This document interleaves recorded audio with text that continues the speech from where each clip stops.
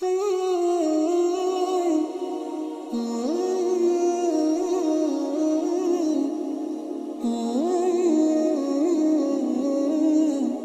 Daud disebutkan sebanyak 16 kali di dalam Al-Quran. Sosoknya tak hanya dipandang sebagai Nabi Allah, tetapi juga beliau adalah seorang raja yang adil dan saleh. Tapi tahukah teman-teman, Nabi Daud yang menjadi raja dari kaum Bani Israel bukanlah berasal dari keturunan seorang raja? Beliau adalah masyarakat biasa, hingga di satu peristiwa Nabi Daud diangkat menjadi raja. Hal itu menjadikan Daud raja sekaligus nabi bagi kaum Bani Israel. Di sini kita akan kisahkan bagaimana ceritanya Nabi Daud bisa menjadi raja dan bagaimana beliau ketika menghadapi musuhnya satu lawan satu yang memiliki postur tinggi besar seperti raksasa. Untuk itu, di video kali ini kita akan membahas tentang pertarungan Nabi Daud melawan manusia raksasa. Assalamualaikum warahmatullahi wabarakatuh. Sobat beriman yang dimuliakan Allah. Alangkah lebih baik jika sahabat sekalian bantu support channel ini dengan cara like, komen, dan subscribe. Semoga kita selalu dalam keadaan sehat walafiat, dilancarkan rezekinya, dan dimudahkan segala urusannya. Amin ya rabbal alamin. Nabi Daud diperkirakan hidup antara tahun 1040 sampai 970 sebelum Masehi.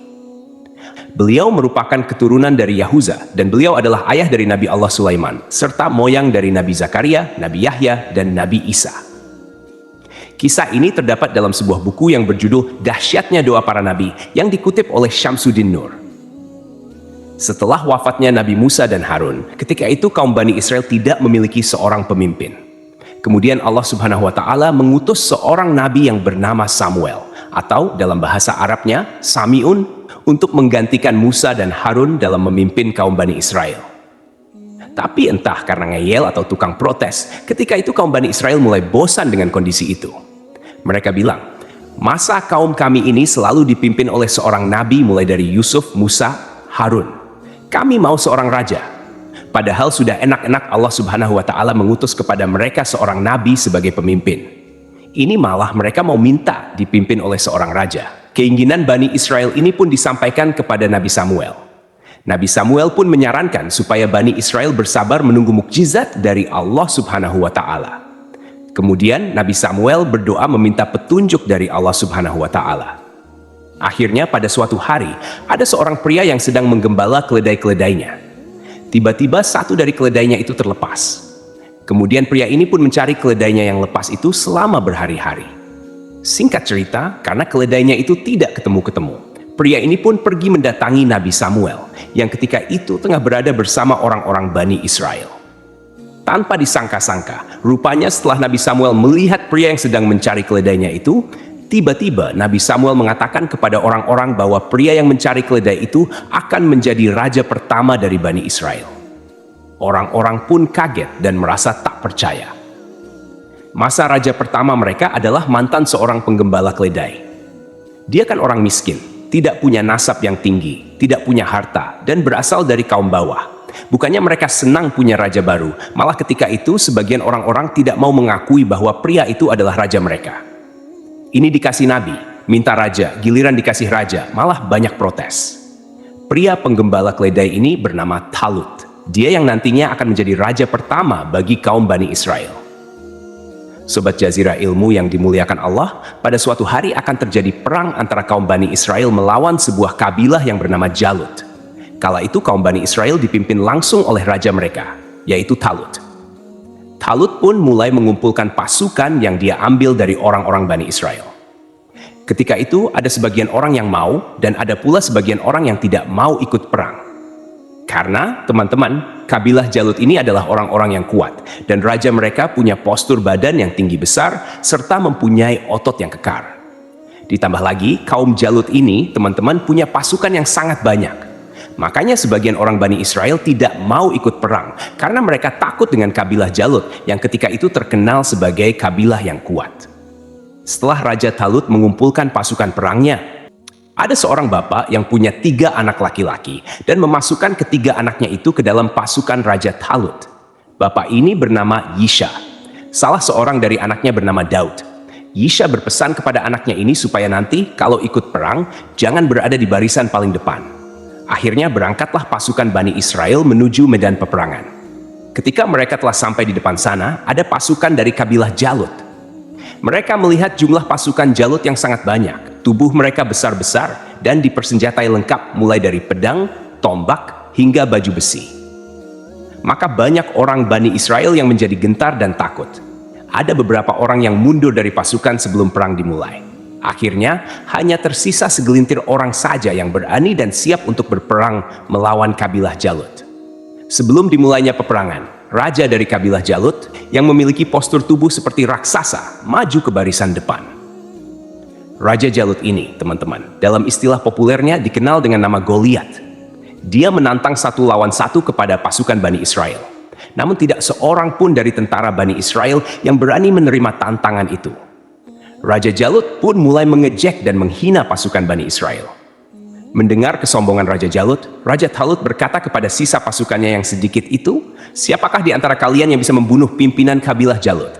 Maka akan kunikahkan dia dengan putriku, dan suatu hari dia akan menggantikanku sebagai raja dari Bani Israel." Karena Raja Talut tidak memiliki anak laki-laki yang dapat mewarisi tahta kerajaan Bani Israel, ia mengadakan semacam sayembara. Namun, ketika sayembara itu diserukan kepada kaum Bani Israel, mereka semua tertunduk takut.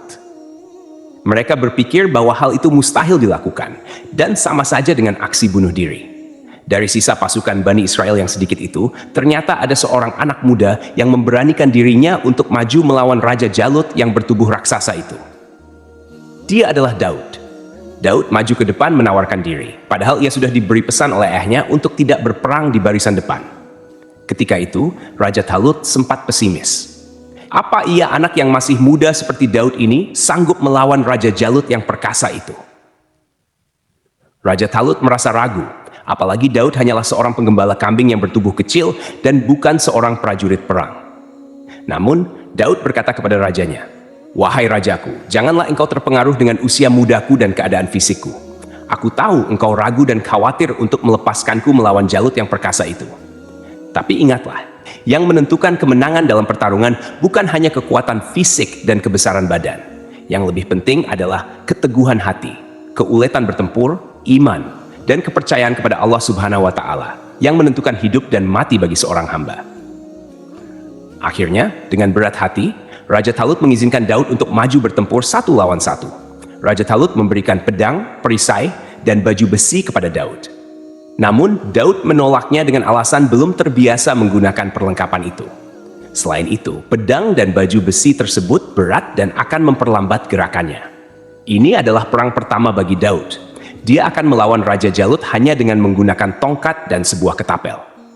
Raja Talut merasa heran lalu berkata, "Wahai Daud, bagaimana bisa engkau mengalahkan Jalut hanya dengan bersenjatakan tongkat dan ketapel?